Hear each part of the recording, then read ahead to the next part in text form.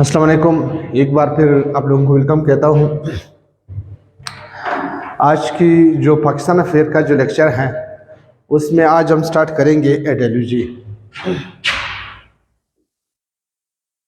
Ideology बज़ाहिर ये बहुत एक आसान टर्म है, लेकिन इसको समझने के लिए या इसकी जो मेन जो जस्ट है वो क्या है, वो शायद बहुत सारे लोगों में से अक्सर को पता होगा। शायद बहुत सारे लोग ऐसे जो इससे नाबलद है कि आइडियोलॉजी का मतलब क्या है। आम तौर पर आइडियोलॉजी तो हम अगर बाय वर्ड स्टडी कर लें तो आइडिया का मतलब क्या है? ख्याल, ठीक है। आइडिया, लॉजी का मतलब है क्या है? Study, study of ideas, study of ideas called ideology. सही, study of ideas called ideology. ख्यालों की जो या science of idea is called ideology. Science of idea is called ideology. ख्यालात की जो साइंस है उस साइंस को कहते हैं आइडियोलॉजी कहते हैं।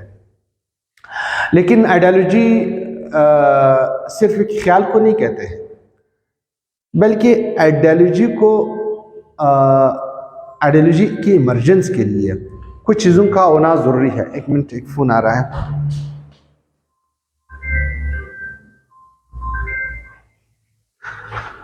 ये डिस्टर्ब करता है इसलिए। अच्छा, तो आइडियोलॉजी जो है वो क्या है? आइडियोलॉजी जो है वो ख्यालात की स्टडी है। कौन से ख्यालात, किन किन ख्यालात की स्टडी है, ये चीज़ ज़रा हमें समझ आ जाए। अभी पहली बात ये है कि ये वो ख्यालात है जो एक कौम की, एक ख़ास कम्युनिटी की एक कलेक्टिव ऑब्जेक्टिव बन जाती है, उसको आइडियोलॉजी कहते हैं। लेकिन पहले डेफिनेशन लिखते हैं, इसके बाद हम इस पे बात करेंगे। A social or political idea or program that becomes a collective objective,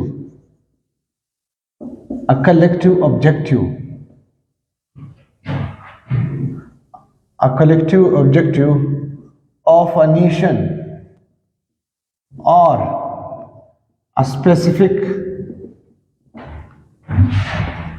group of society. A social or political idea or program that becomes a collective objective of a nation or a specific group of a society. किसी भी society का एक political और social idea जो उनकी collective objective बन जाती है, उसको आइडियोलॉजी कहते हैं। मिसाल के तौर पर अभी फॉर एग्जांपल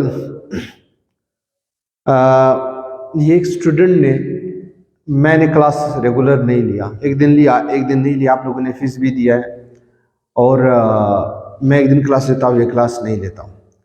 तो फिर आप लोगों ने ग्रुप में बात की कि यार ये सर ने फीस भी लिया है और फिर क्लास भी नहीं ले रहा है, लिहाजा एहतिजाज करते हैं सर के सामने, ठीक है ना।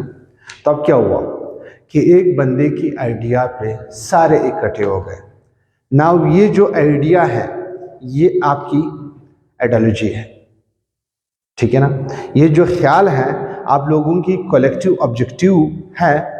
कलेक्टिव ऑब्जेक्टिव के लिए ख्याल आ गया कि सर क्लास नहीं ले रहा है, लिहाजा क्लास लेने के लिए, रेगुलर करवाने के लिए सर के सामने एहतजाज करेंगे। तो ये एक क्लास का, एक ग्रुप का एक कलेक्टिव ऑब्जेक्टिव है। क्लियर?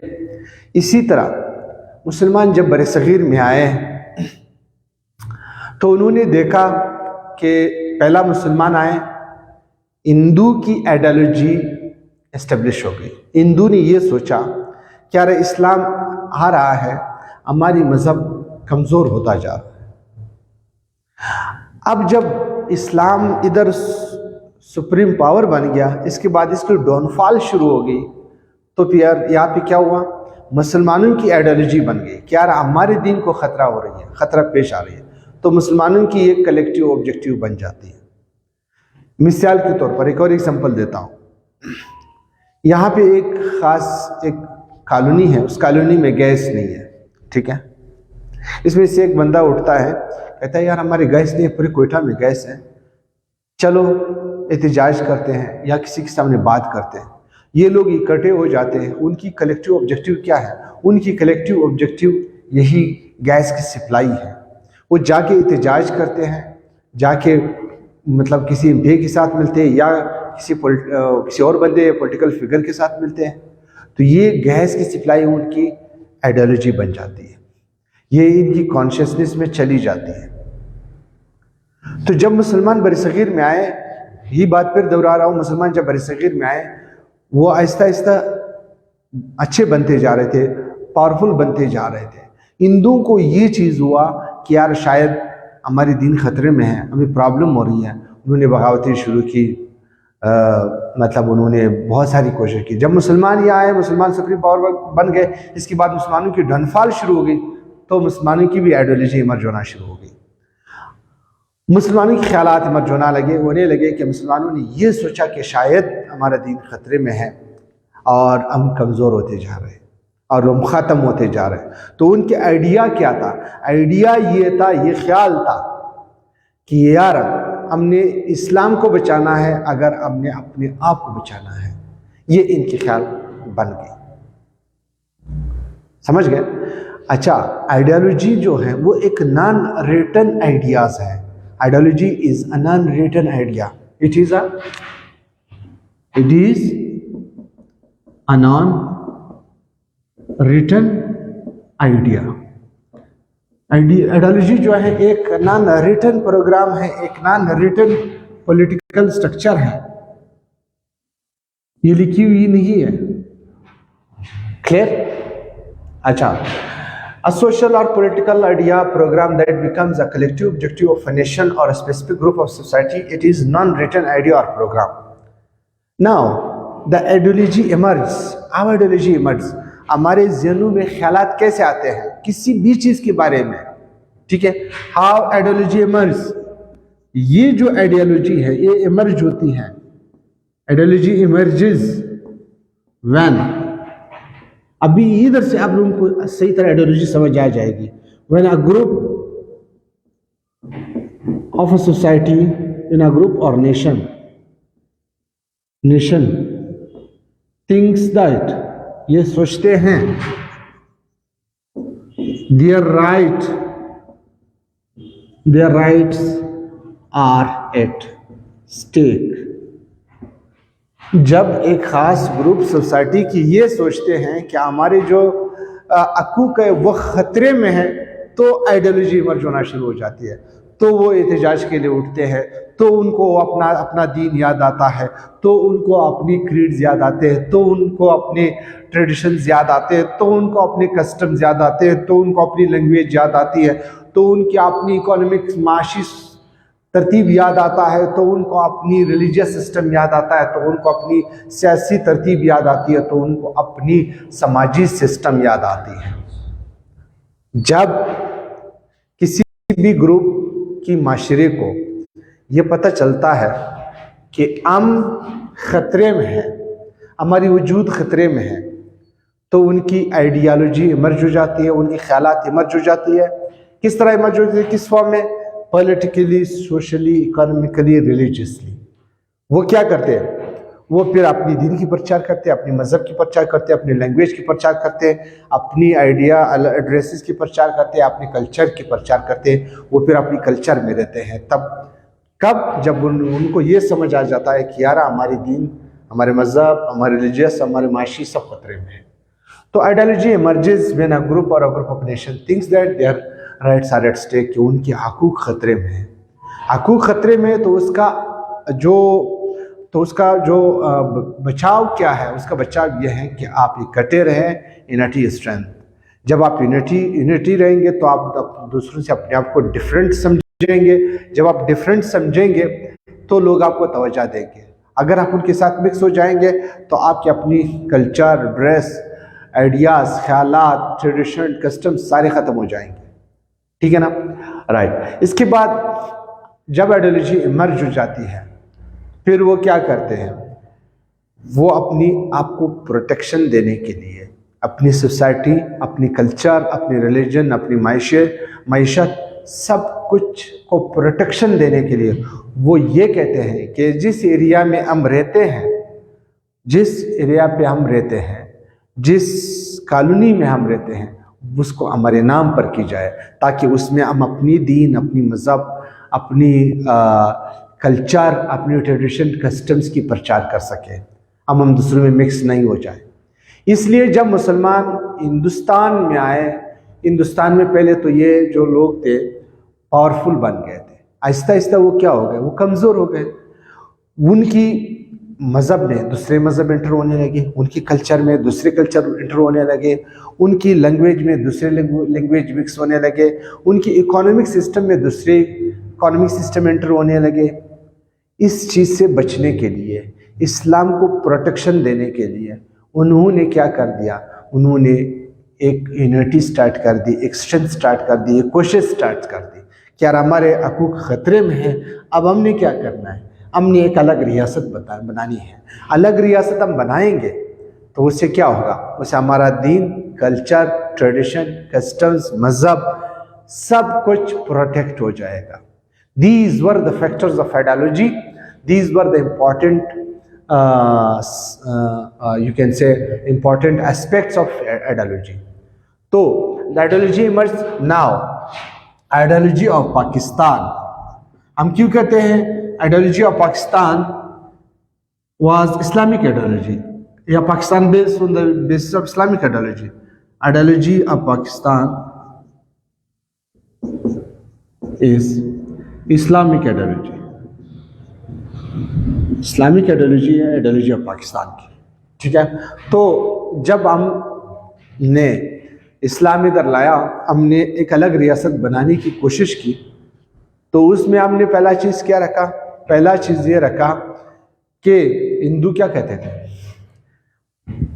ہندو کہہ رہے تھے کہ یہاں ہندوستان میں صرف ایک نیشن ہے، ہندو. ہم نے کیا کہا؟ ہم نے کہا نہیں، ہم بھی ہیں. اس کا مطلب ہے ہماری وجود خطرے میں تھا. ہم نے کہا ہم بھی ہیں. اگر ہم کہتے ٹھیک ہے ہم نہیں ہیں، پھر تو بات نہیں ہوتی تھی، مطلب آگے بات نہیں بڑھتی تھی، جنگ نہیں ہوتی تھی. ہم نے کہا ہم بھی ہیں. You know that the right of self determination. ٹھیک ہے نا؟ Factors of ideology. Self determination, right of self-determination.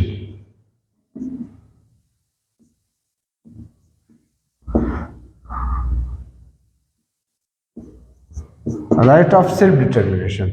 This is basic human right. یہ human right ہے کہ آپ کو پتہ ہونا چاہیے، لوگوں کو پتہ ہونا چاہیے. ٹھیک ہے نا؟ لوگوں کو پتہ ہونا چاہیے کہ آپ کیا ہو. This is called the right of self determination.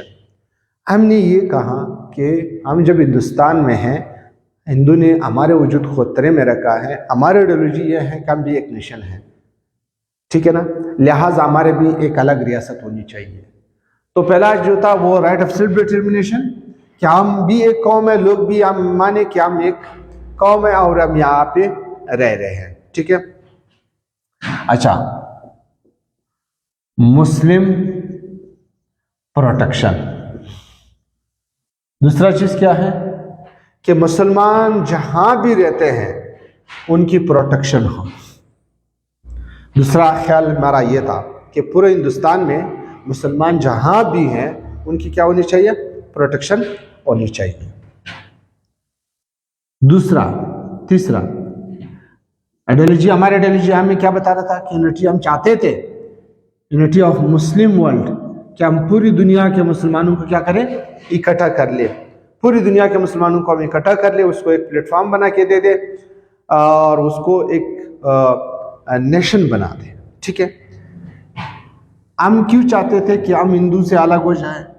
क्योंकि हम कहते थे कि हमारी जो इस्लाम है उसकी जो सोसाइटी है वो एक एग्जाम्पलरी सोसाइटी है। ठीक है ना, हम चाहते थे कि हम एक अलग रियासत बना ले। उस अलग रियासत की वजह क्या थी कि हिंदू की जो सोसाइटी थी वो बिल्कुल ख़राब थी। हम चाहते थे कि हम एक अलग ऐसी सोसाइटी बना दे जो एक एग्जाम्पल हो दुनिया के लिए। इसलिए चौथा फैक्टर क्या था, एग्जाम्पलरी सोसाइटी कंस्ट्रक्शन, कि हम एक एग्जाम्पलरी सोसाइटी की कंस्ट्रक्शन कर ले। अच्छा, ये जो हमारे पास फैक्टर्स है उसमें रीजन ऑफ ह्यूमन डिग्निटी भी है। हर इंसान ये चाहता है कि उसका एक अपना अलग सा घर हो। तो हम चूंकि एक कौम थे, हम भी चाहते थे कि हमारा एक अपना घर हो। इसके बाद मुस्लिम इकोनॉमिक सिस्टम, हमारी ये ख्वाहिश थी कि हम अपना एक इकोनॉमिक सिस्टम, जिस तरह इस्लाम बता रहा है उस तरह हमारा भी एक इकोनॉमिक सिस्टम हो। अब हिंदू की इकोनॉमिक सिस्टम में इमर्ज नहीं हो जाए, हमें अपना एक इकोनॉमिक सिस्टम मिल जाए और उसको रन किया जाए। अच्छा, नेक्स्ट हमारी ये ख्याल आते कि चूंकि हम हिंदू से काफ़ी तंग है, इसलिए हम चाहते थे कि ending the Hindu Muslim tension, ending the Hindu Muslim tension. हम चाहते थे कि हिंदू और मुसलमानों के दरमियान जो टेंशन है उस टेंशन को हम क्या कर ले, ख़त्म कर दे। ये थे फैक्टर्स ऑफ आइडियोलॉजी जिसके लिए हमने क्या कर दिया, हमने। अच्छा, एक और बहुत इंपॉर्टेंट फैक्टर है जो इस्लाम हमने बनाया, वो इसलिए देखो हमें तब पता चला, हमारी ख्यालात तब आना शुरू हो गए, हमें तब फील हुआ कि यार हमारी वजूद ख़तरे में है जब हिंदू ने इनकार कर दिया कि आप एक नेशन नहीं है। हमारी राइट एट स्टेक आ गया, हमारी आइडिया इमर्ज हो गई। हिंदू ने क्या कहा या दूसरे मज़हब के लोगों ने क्या कहा कि जो ज़मीन है उस ज़मीन पर हुकूमत जो है वो लोगों का है। हमने कहा नहीं, हमारी कुरान, हमारी किताब बताता है कि सॉवरेनिटी बिलोंग्स टू अल्लाह। ये पहला पॉइंट आपको होना चाहिए, सॉवरेनिटी बिलोंग्स टू अल्लाह। चूंकि यह इस्लामिक आइडियोलॉजी की हम बात कर रहे हैं, पाकिस्तान आइडियोलॉजी है, चूंकि वो पाकिस्तान आइडियोलॉजी इस्लामिक आइडियोलॉजी से मर्जेज है, इसलिए हम कहते हैं कि सॉवरेनिटी बिलोंग्स टू अल्लाह, के ज़मीन पर जो हुकूमत है वो अल्लाह ताला का है और किसी का नहीं है। तो these were the factors of ideology. I hope कि आप लोगों को समझ आ गया होगा। अगर कोई भी क्वेश्चन है तो आप कमेंट कर सकते हैं। अल्लाह हाफिज़।